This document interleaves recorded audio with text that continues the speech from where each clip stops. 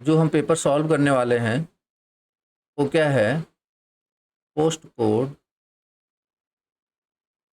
754 और जो ये आपका लाइक या फिर आपके पास अगर पेपर हो तो पेपर कोड है बेसिकली आपका 631613। इस पेपर की एनालिसिस करते हैं। एनालिसिस मैं इसलिए बोल रहा हूँ लाइक पेपर डिस्कशन करना तो लाइक आप आंसर की भी देख के कर सकते हो।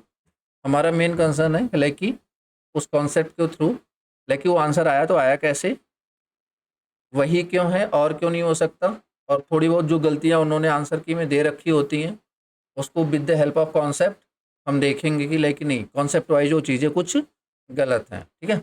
और प्लस एक्स्ट्रा जो कॉन्सेप्ट हमें रिकॉल करना होगा सारी चीज़ें अपन करेंगे। स्टार्ट करते हैं यार, चलो। पहला क्वेश्चन बताओ,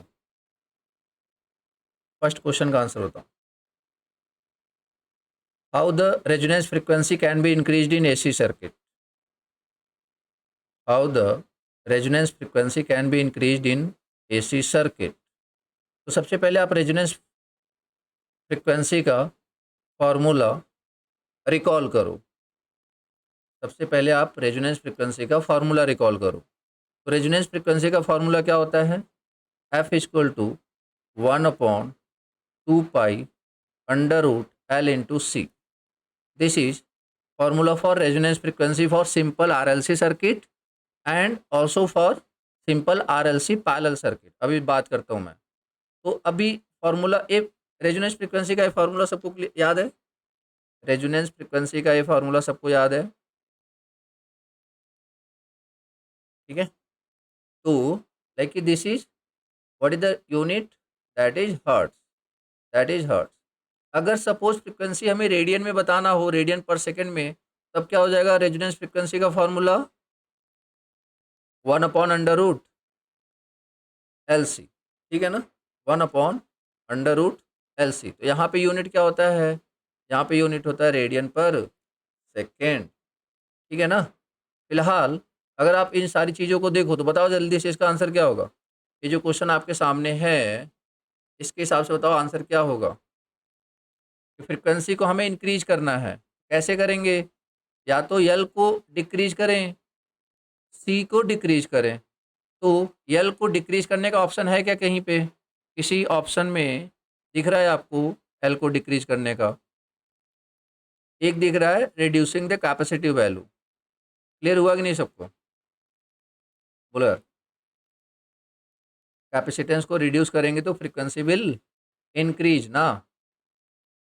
अच्छा, ये जो फ्रीक्वेंसी का फॉर्मूला लिखा है आपने किसके लिए लिखा हुआ है, सीरीज रेजोनेंस के लिए, पैरेलल रेजोनेंस के लिए, किसके लिए? ये देखो इसको बोलते हैं मतलब ऐसी सर्किट में आ सकती है, देखिए series RLC and parallel RLC, ठीक है ना। तो इसमें कंडीशन क्या होती है रेजोनेंस की, that is XL is equal to XC, और उसमें क्या होता है B L is equal to B C, या फिर 1/BL दैट इज एक्सएल, तो एक्सएल इजक्वल टू एक्सी, ठीक है। मतलब एक ही कंडीशन है। अगर a these are standard, these are standard diagram, ठीक है ना। तो यहाँ से अगर आप फ्रीक्वेंसी निकालोगे तो F nought is equal to what, 1/2 pi under root L into C, और यहाँ से भी निकालोगे तो like 1/2 pi under root LC। तो याद रखना स्टैंडर्ड्स RLC सीरीज में हो चाहे आर और LC पैरेलल में हो, दोनों का जो रेजोनेंस का फॉर्मूला होता है that is same. Okay, next question, question number 2, जल्दी बोलो। What is the main cause for below 0.5 lagging power factor in 3 phase.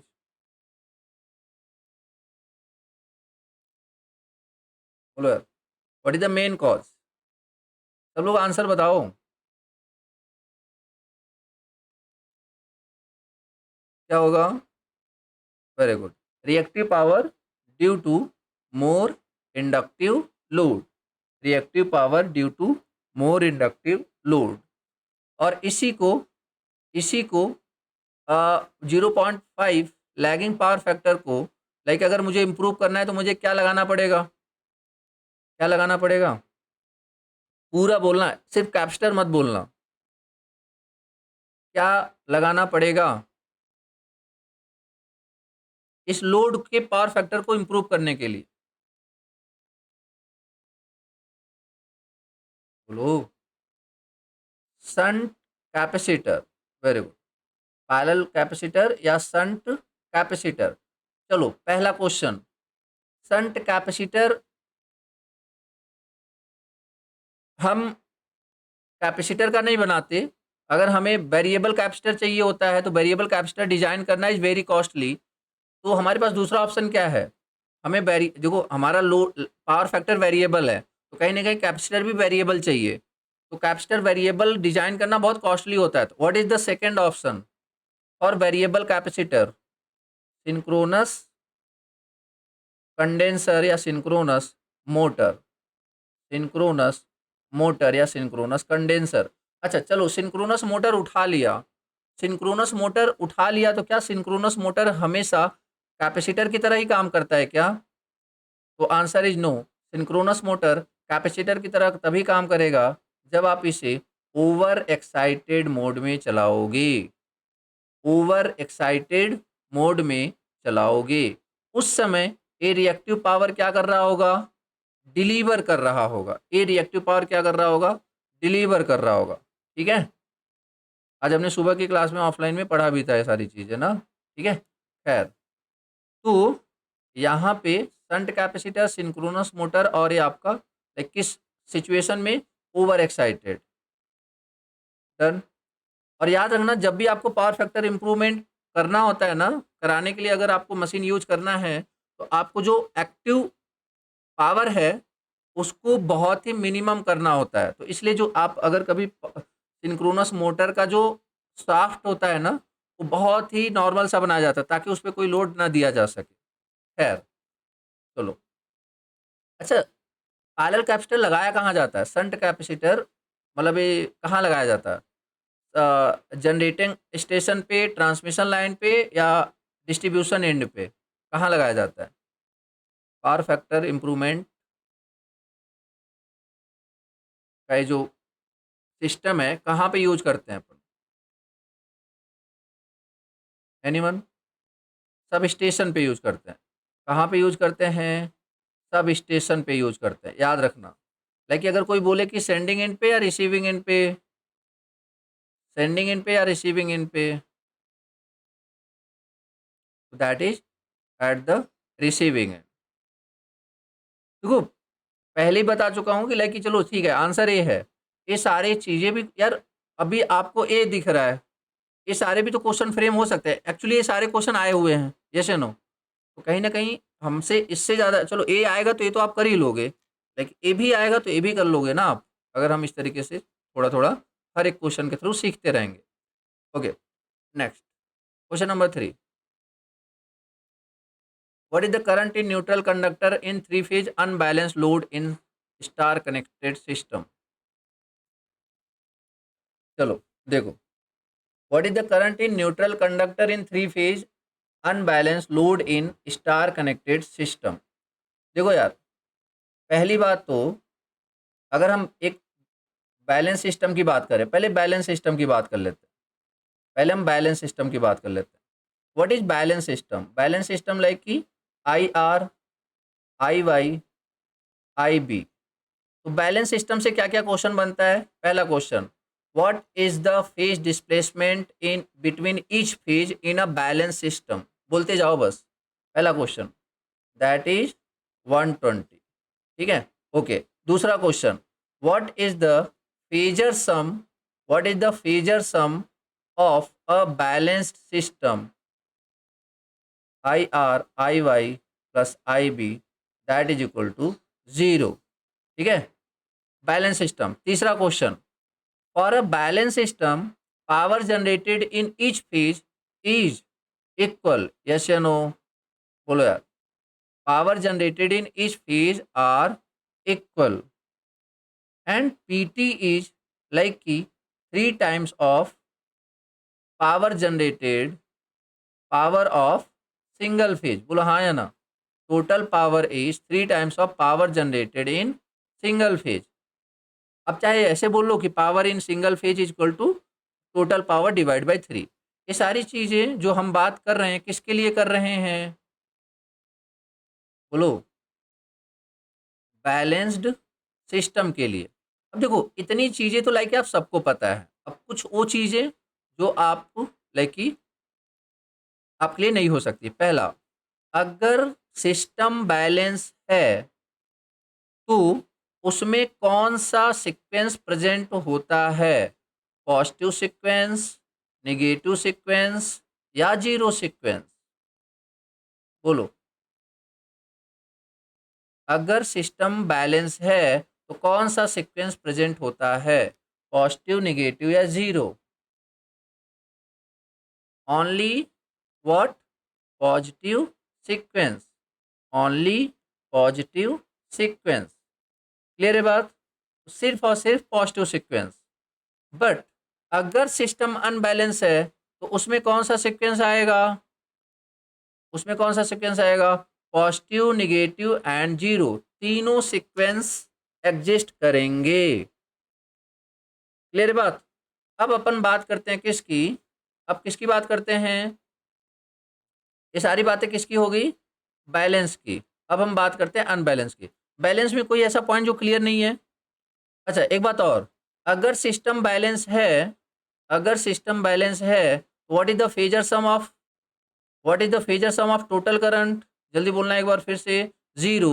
एक बात बताओ, अगर मैं यहाँ पे एक न्यूट्रल लगाऊं और यहाँ पे एक, अब इस पे आप केसीएल लगाना, जरा केसीएल लगाना, I R plus I Y plus I B plus I N, what is the value of neutral current in a balance system.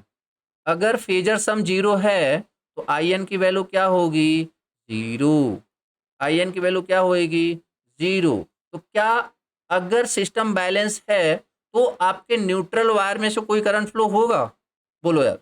अगर आपका सिस्टम बैलेंस है तो क्या आपके न्यूट्रल वायर में से कोई करंट फ्लो होगा, आंसर इज नो, कोई करंट फ्लो नहीं होने वाला है। Done, okay. अब यहां से एक बात समझो आप, अगर कोई करंट नहीं फ्लो होगा तो क्या न्यूट्रल वायर देना कंपलसरी है, बोलो, क्या न्यूट्रल वायर देना कंपलसरी है for a balance system, for a balance system. अगर मुझे इस बात की श्योरिटी है कि सिस्टम हमेशा बैलेंस रहेगा तो क्या बिना न्यूट्रल वायर दिए काम चल सकता है, तो आंसर इज यस, चल सकता है, कोई प्रॉब्लम नहीं है। डन। अब ये बैलेंस सिस्टम वाला कॉन्सेप्ट क्लियर है सबको, अनबैलेंस की तरफ चलें। देखो ये सब क्वेश्चन गैप बनाएंगे, जो आप पूछते हो ना कि लाइक सर गैप कहाँ पे आएगा, ऐसे क्वेश्चन में गैप आएगा, तो इनको तैयार करो आप। चलो अब बैलेंस्ड की बातें करते हैं। बैलेंस्ड, क्योंकि यार इजी क्वेश्चन तो सभी कर लेंगे। अब सॉरी, अनबैलेंस की ना, अनबैलेंस। अब देखो अनबैलेंस का मतलब क्या होता है, अभी आप देख के बताओ कि जो मैं आपके सामने ड्रॉ कर रहा हूं। अच्छा एक बात और, सॉरी, कि अगर बैलेंस सिस्टम है ना तो magnitude of I R, magnitude of I Y, magnitude of I B must be equal. ठीक है, तो बैलेंस सिस्टम के लिए दो कंडीशन, क्या क्या, तीनों का मैग्नीट्यूड होना चाहिए इक्वल, और तीनों फेज का मैग्नीट्यूड इक्वल होना चाहिए, और तीनों फेज के बीच में डिफरेंस कितना होना चाहिए, 120 डिग्री। तो समझ में आया, जैसे मैंने एक डायग्राम ड्रॉ किया,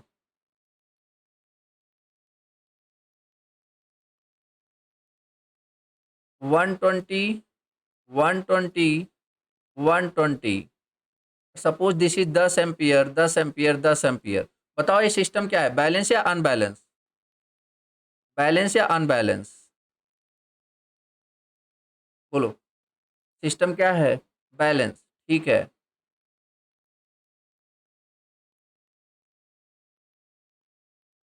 5, 10, 10, 120, 120, 120. This system is balanced or unbalanced? बोलो. This system is unbalanced. Okay, ठीक है. तीसरा क्वेश्चन.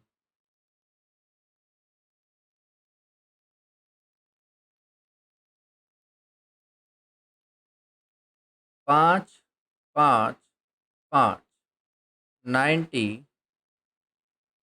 और 90 क्या, चलो 90, उसके बाद 270 divide by 2 and 270 divide by 2. This system is balance और अनबैलेंस्ड?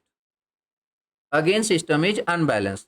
मतलब हमें कंक्लूजन क्या निकला? कंक्लूजन क्या निकला कि चाहे मैग्नीट्यूड अनइक्वल हो, चाहे फेज डिफरेंस अनइक्वल हो, दोनों ही केस में हमारा सिस्टम क्या हो जाएगा? अनबैलेंस. बोलो हाँ या ना.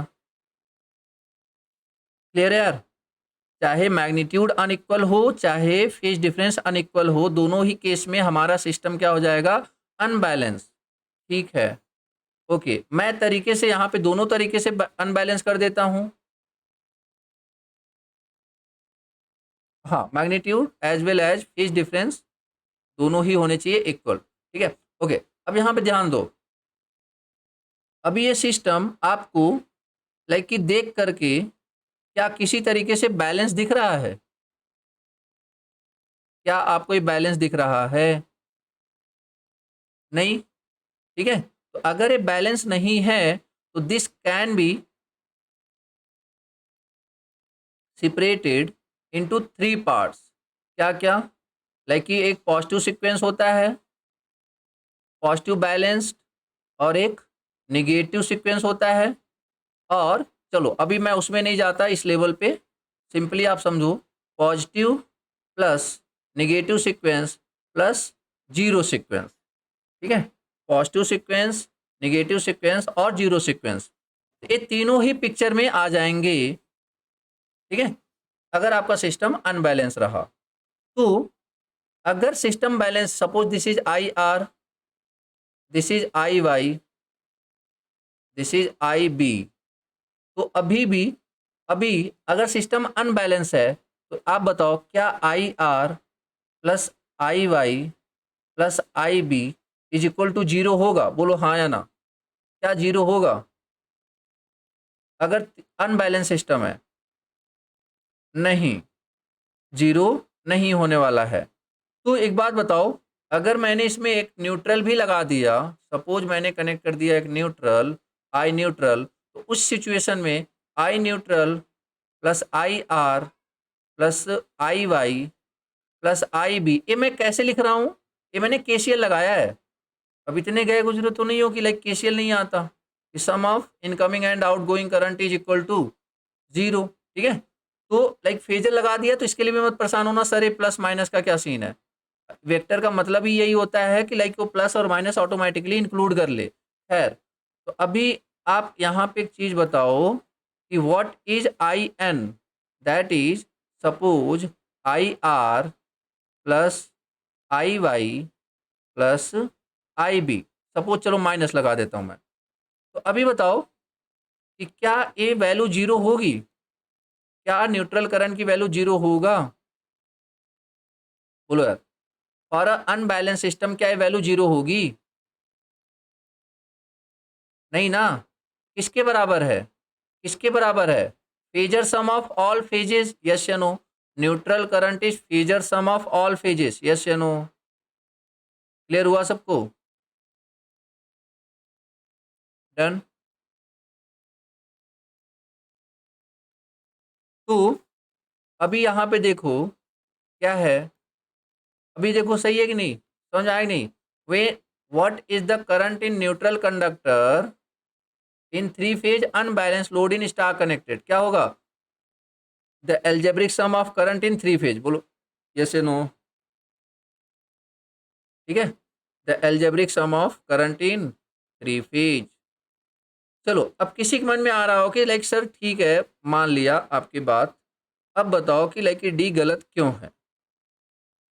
हमने इतने दिन से रट रखा था, ऐसे कैसे बोल सकते हो आप?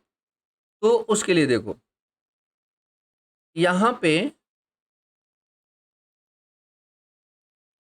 मैं एक रैंडम सिचुएशन लेता हूँ, मैं ऐसे रैंडम ले लेता हूँ कि I R is equal to 10 angle 0, I Y is equal to 10 angle 90 degree and I Y I B is equal to suppose 0। अभी ये तीनों, आप सिंपल सी बात बताओ कि ये जो सिस्टम लिया है मैंने I R I Y I B, ये बैलेंस है या अनबैलेंस है? पहले तो यही बता दो, ये बैलेंस है या अनबैलेंस है?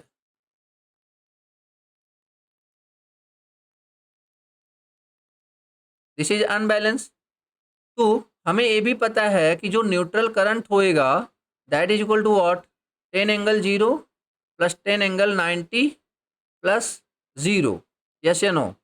फेजर सम तीनों का सम होता है, तीनों का सम होता है। डन। अब अगर मैं इसे सॉल्व करूं तो 10 प्लस 10 10 एंगल 90 को क्या लिख सकते हैं, 10 जे।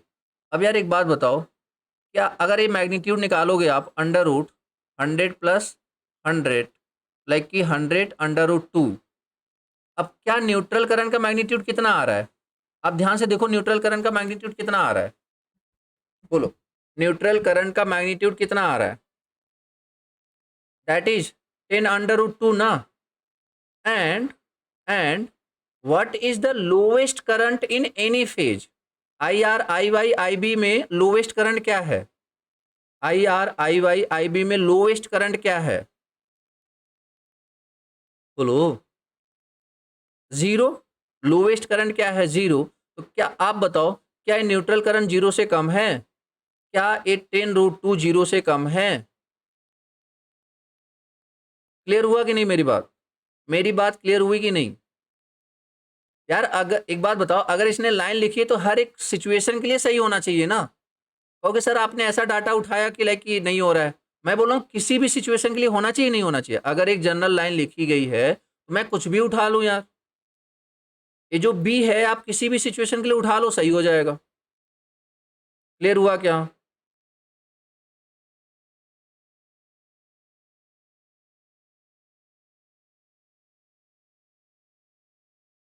डन। ओके, तो answer is B, answer is B. अच्छा एक बात और, लाइक कि मे भी आपने क्वेश्चन पेपर पहले सॉल्व किया हो, बट हम मेरी रिक्वेस्ट है कि आप अभी सॉल्व करो, जब आंसर आए तब बताओ। लाइक ये नहीं कि आपने, आपको आंसर पता है, रटा हुआ है, आप यहाँ पे बता दे रहे हो, एक्चुअली वहां से ना सीखने की जो टेंडेंसी होती है वो खत्म हो जाती है। तो इसलिए इवन आपको आंसर याद है बट स्टिल आप सॉल्व करो, और जो आंसर आए तब बताओ। आपके नोट्स में इसमें से कोई भी ऑप्शन जो है अगर वो आ जाए तो आप बता दो। Calculate the apparent power. Apparent power क्या होता है? Yes equal to √3 VL IL, this is apparent power. अब आप लोग मैक्सिमम लोग क्या कर रहे होगे, कॉस फाई दिया हुआ है तो आप उसे भी यूज कर रहे होगे। यार क्यों यूज करोगे? जब पावर पूछा होता है, एक्टिव पावर, तब तो यूज करते हैं ना। यस या नो? ऐसा तो कहीं लिखा हुआ है क्या कि जो डाटा देगा हम यूज करेंगे ही करेंगे? आ रही बात समझ में? जो पूछा है उस पर फोकस करो ना, डाटा पे क्यों फोकस कर रहे हो आप? तो √3 VL की वैल्यू कितनी है? 415। और IL की वैल्यू कितनी है? अच्छा एक मिनट, लाइक ये लाइन वोल्टेज है, थ्री फेज, चलो थ्री फेज 415, ये 415 कौन सा वोल्टेज है, लाइन या फेज? पहले तो ये बताओ। 415 कौन सा वोल्टेज है? That is line. ठीक है, into IL I phase equal होता है तो दैट इज 16। चलो अब बताओ, इसका आंसर बताओ कितना आएगा। अब सॉल्व करके आंसर बताओ। 11,500 या फिर 11.5 kVA। क्लियर हुआ सबको? तो ये देखो छोटी गलती है, एक्चुअली आपको भी पता है कि आपको क्या दिखेगा, आप पता है, देखो क्वेश्चन पढ़ते समय गलती क्या करोगे आप, calculate the power three phase, आप तुरंत डाटा उठाओगे। अच्छा लाइन वोल्टेज दे रखा है, ठीक है, उसके बाद लाइन करंट दे रखा है, अच्छी बात है, पावर फैक्टर दे रखा है, आप बिना कुछ सोचे समझे क्या कर दोगे, √3 VL IL into cos five. और जब आप इससे सॉल्व करोगे तो आंसर कितना आ रहा है, बोलो, जब आप इससे सॉल्व करोगे तो आंसर कितना आ रहा है, सी। और उन्होंने ऑप्शन में दे रखा है, और आप वहां पे अच्छे से लाइक कि हैप्पी हैप्पी हो करके नेक्स्ट क्वेश्चन पे बढ़ जाओगे, नहीं पता कि आपको बाद में धोखा मिलने वाला है। यस या नो, हमारी बात समझ में? तो ये छोटी छोटी बातों का केयर किया करो कि लाइक कि कहाँ गलती हो सकती है, लाइक ए अपरेंट पावर है, ठीक है, this is not active power. आगे बढ़ जाएं, question number 5, what is the maximum value of voltage for 240 volt RMS।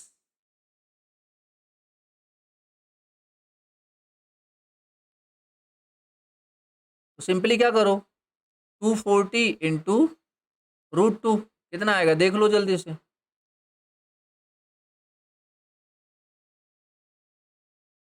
कितना आ जाएगा, that is 339.5, answer is C. ठीक है, मैक्सिमम वैल्यू RMS दे रखा है, मैक्सिमम वैल्यू निकालना है, क्यों, क्योंकि हमें पता है RMS क्या होता है, मैक्सिमम डिवाइड बाई √2, या फिर मैक्सिमम क्या होता है, RMS इंटू √2। क्या ये किसी भी वेवफॉर्म के लिए फॉर्मूला वैलिड है, क्या ये किसी भी वेवफॉर्म के लिए वैलिड है, बोलो, किसके लिए, साइनोसोइडल के लिए, क्या सिर्फ साइनोसोइडल के लिए है, नेक्स्ट क्वेश्चन, साइनोसोइडल के लिए, साइनोसोइडल मतलब लाइक चाहे वो साइन हो चाहे वो कॉस हो, इसके अलावा क्या किसी और चीज के लिए वैलिड है, साइनोसोइडल याद रखना दोनों को बोलते हैं, साइन ओमेगा टी को भी, कॉस कॉस कोसाइन वेवफॉर्म को भी, क्या इसके अलावा और किसी की RMS value maximum divide by √2 होती है क्या, क्या इसके अलावा किसी और वेवफॉर्म की value, very good, full wave rectifier, full wave rectifier, इसकी भी क्या होती है, मैक्सिमम डिवाइड बाय √2, दिमाग खोल के रखो, क्लियर है, तो इसकी भी वैल्यू क्या होती है, मैक्सिमम डिवाइड बाय √2, और किसकी वैल्यू होती है, लाइक की दैट इज फॉर साइनोसोइडल, ठीक है, इन दोनों की RMS वैल्यू क्या होती है, मैक्सिमम डिवाइड बाय √2, क्लियर है सबको, आगे बढ़ जाएं,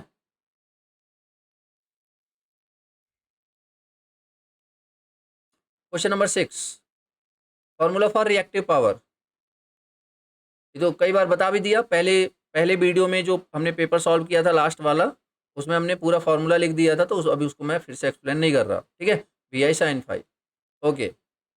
अच्छा एक मिनट, अगर अगर एक्टिव पावर पूछता then what is the answer, अगर एक्टिव पावर पूछता then what is the answer, और अगर अपरेंट पावर पूछता देन, अपरेंट पावर पूछता देन आंसर इज ए, ठीक है, okay. Question number 7, question number 7, चलिए बोलिए, इम्पीडेंस Z क्या होता है, R+J XL-XC, R की वैल्यू 5, उसके बाद XL की वैल्यू 36, XC की वैल्यू 24, तो कितना हो जाएगा, 5+8J, 5+8J, तो लाइक कि दिस इज मॉड जेड, क्या हो जाएगा, √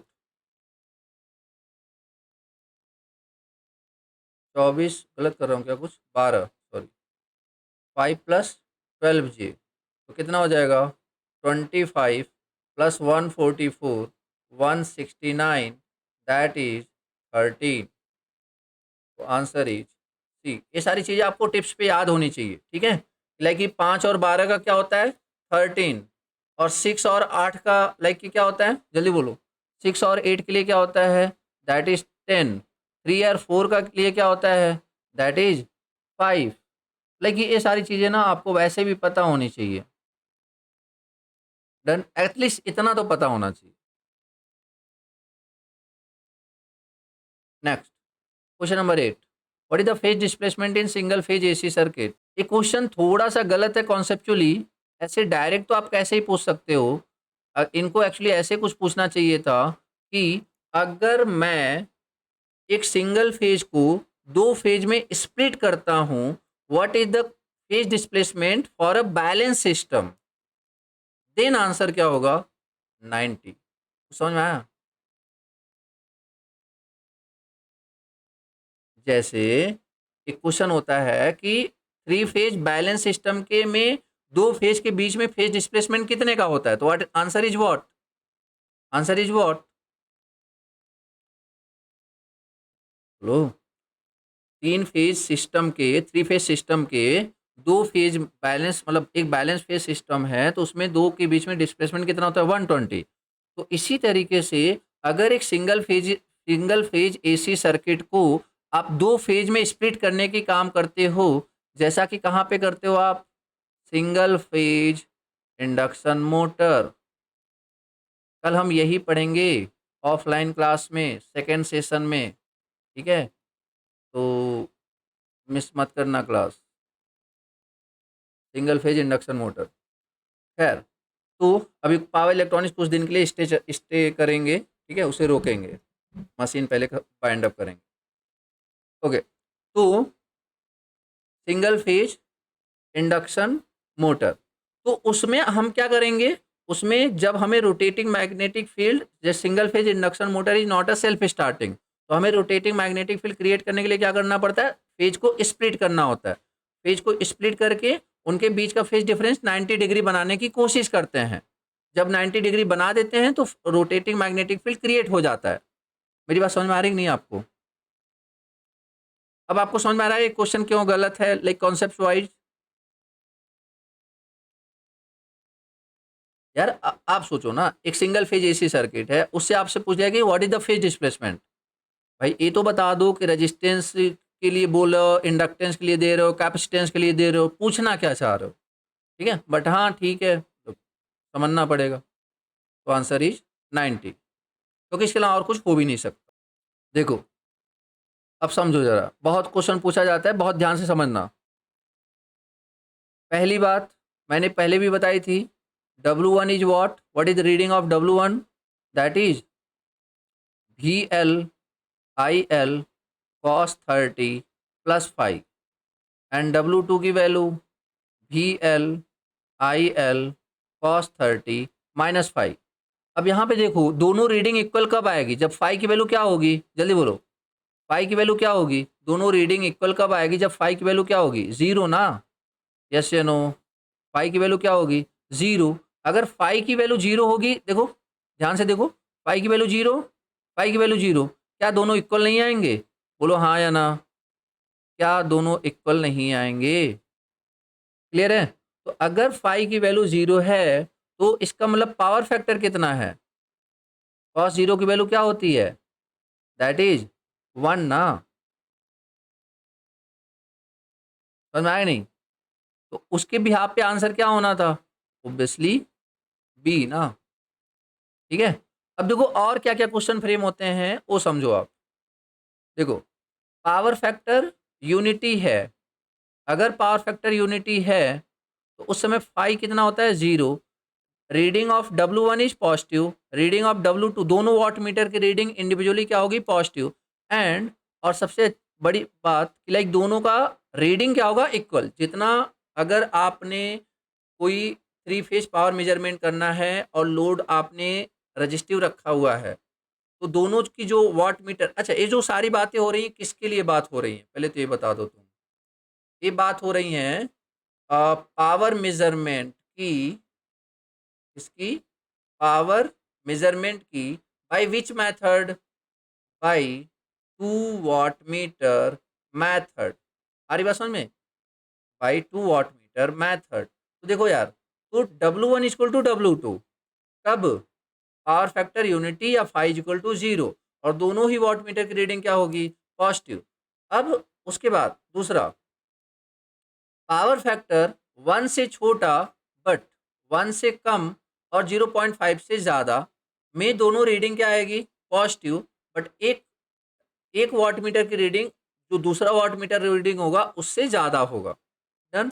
तीसरा, अगर पावर फैक्टर 0.5 पे पूछा जाए, मतलब फेज एंगल 60 डिग्री पे पूछा जाए, तो एक वाट मीटर रीडिंग पॉजिटिव आएगी, बट एक वाट मीटर की रीडिंग क्या आएगी? 0। मतलब अगर क्वेश्चन में पूछूं कि किस पावर फैक्टर पे कंप्लीट रीडिंग सिर्फ एक वाट मीटर देगा, व्हाट इज द आंसर? किस पावर फैक्टर पे कंप्लीट रीडिंग सिर्फ एक वाट मीटर देगा, व्हाट इज द आंसर? जल्दी बोलो। 0.5। 0.5 लाइक कि total power is given by only one watt meter. जो सेकेंड वाट मीटर है उसकी रीडिंग क्या होगी उस टाइम पे? उसकी रीडिंग क्या होगी उस टाइम पे? Answer is 0। Answer is 0। अब क्वेश्चन तीसरा ये पूछा जाता है, किस पावर फैक्टर से कम होने पर आपका एक वाट मीटर निगेटिव रीडिंग देना स्टार्ट करता है? किस पावर फैक्टर से कम होने पर? तो 0.5 से कम होने पर। मेरी बात समझ रहे हो नहीं? अगर मैंने तुमसे ये पूछा कि 0.45 पावर फैक्टर है, बताओ इस पे वाट मीटर की रीडिंग पॉजिटिव होगी या निगेटिव होगी? What is the answer? Positive या निगेटिव? तो एक वाट मीटर पॉजिटिव देगा और दूसरा वाट मीटर क्या देगा? निगेटिव। एक वाट मीटर पॉजिटिव और दूसरा वाट मीटर निगेटिव। नहीं समझे क्या?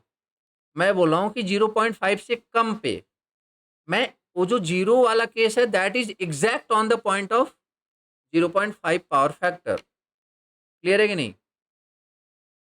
मैं तो 0.5 से कम आ चुका हूं ना। मैंने बोला 0.65। इस पावर फैक्टर पे बताओ दोनों वाट मीटर की रीडिंग क्या होंगी? पॉजिटिव या निगेटिव, या एक पॉजिटिव एक निगेटिव? 0.65 पावर फैक्टर पे।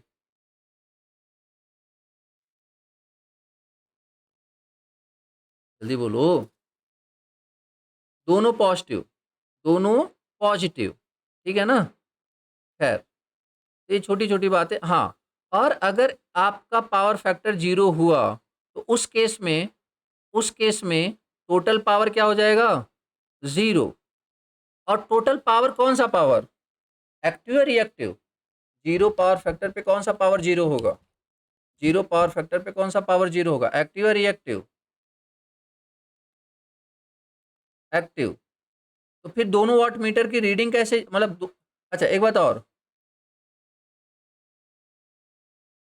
दोनों वाट मीटर की रीडिंग आएगी बट दोनों का सम क्या आ जाएगा? 0। जितना एक पॉजिटिव देगा उतना ही अगला क्या दे देगा? निगेटिव। ठीक है ना? इस टेबल को आप अभी फिर से क्वेश्चन आएगा, मैं फिर से आपको थोड़ी बहुत चीज़ें यहाँ से समझा दूंगा। क्लियर है बात? नेक्स्ट, चलो इसका बताओ। Question number 11। Question number 11।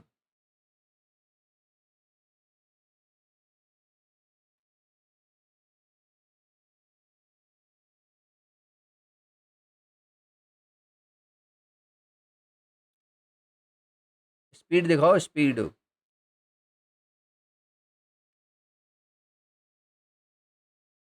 एकदम सजग होके बैठा करो, लाइक बस एग्जाम का क्वेश्चन है तुम्हारे सामने आ गया।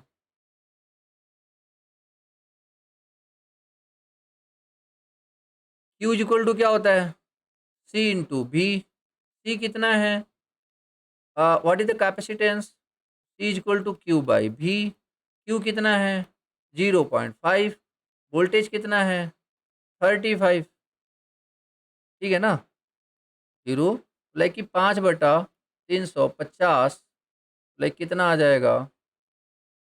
1/70। और 1/70 लाइक कितना हो जाएगा? 0.14। क्लियर हुआ? बोलो यार।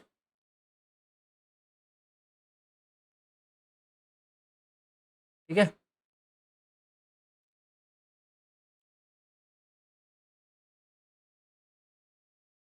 Next, question number 12। Question number 12। The formula power किसके लिए कनेक्ट, किसके लिए? दोनों के लिए। ठीक है, दोनों के लिए। क्या बैक करवाना है इसमें?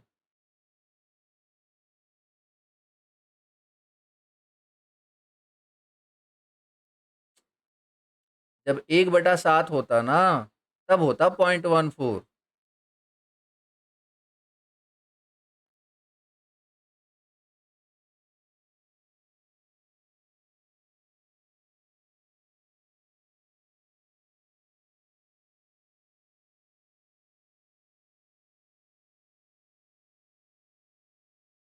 ठीक है, क्वेश्चन नंबर 12 डन। चलो 13।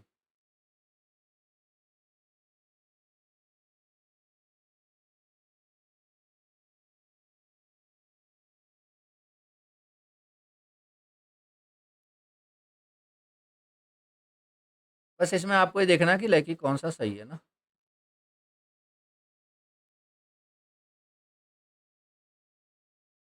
Air gap in the iron core of an inductor prevents, क्या करता है बेसिकली ये एयर गैप के एडवांटेज या डिसएडवांटेज पूछ रहे हैं।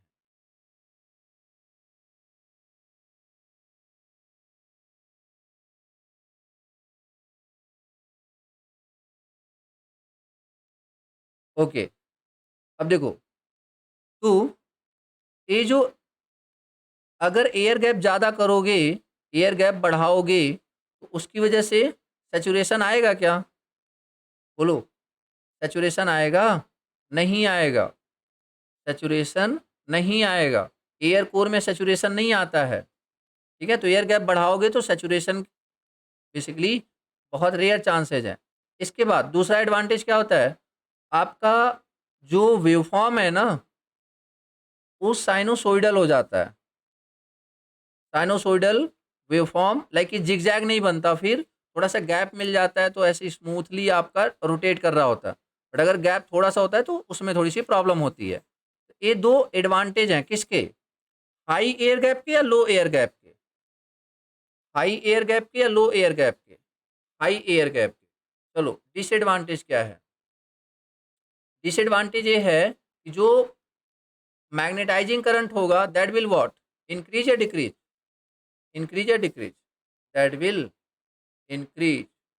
दूसरा, जो लीकेज फ्लक्स होगा दैट विल व्हाट, इंक्रीज या डिक्रीज? That will increase. जो पावर फैक्टर होगा वो क्या होगा, इंक्रीज या डिक्रीज? पावर फैक्टर क्या करेगा, डिक्रीज। समझ में आया? और अगर कहीं ना कहीं अगर मैग्नेट पावर फैक्टर घट रहा है, और पावर फैक्टर घट रहा है, तो for the to supply same to supply same amount of active power, आपको क्या करना पड़ेगा, अल्टरनेटर की रेटिंग बढ़ानी पड़ेगी। बोलो हाँ या ना? अल्टरनेटर की रेटिंग क्या करनी पड़ेगी, इंक्रीज। यार कंज्यूमर को तो इससे मतलब है ना, कंज्यूमर को एक्टिव पावर से मतलब है। अगर वो वैल्यू घट रही हो उससे क्या फर्क पड़ता है कि आपका लीकेज हो रहा है, मैग्नेटाइजिंग करंट है, लीकेज फ्लक्स है, क्या फर्क पड़ता है उससे? वो तो बस बोलेगा कि मैंने फैन, मेरा फैन चलना चाहिए, मेरी टीवी चलनी चाहिए। तो कहीं ना कहीं आपको क्या करना पड़ेगा, रेटिंग बढ़ानी पड़ेगी अल्टरनेटर की। यस या नो? तो ये सारी प्रॉब्लम्स आने वाली हैं। क्या ये बातें क्लियर हैं हमें एयर गैप से रिलेटेड? बोलो यार।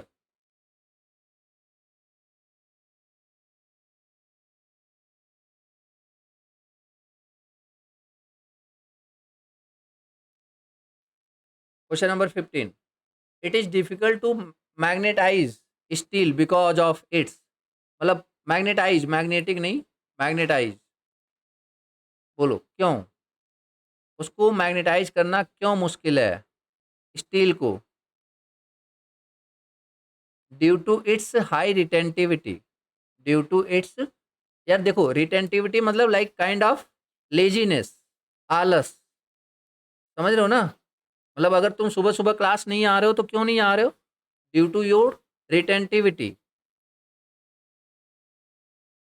तो इसीलिए स्टील की value like as a magnetic material बहुत कम हो जाती है। खैर, तो लाइक ये क्वेश्चन नंबर 15 क्या है आपका? High retentivity. It is difficult to magnetize steel because of its high retentivity.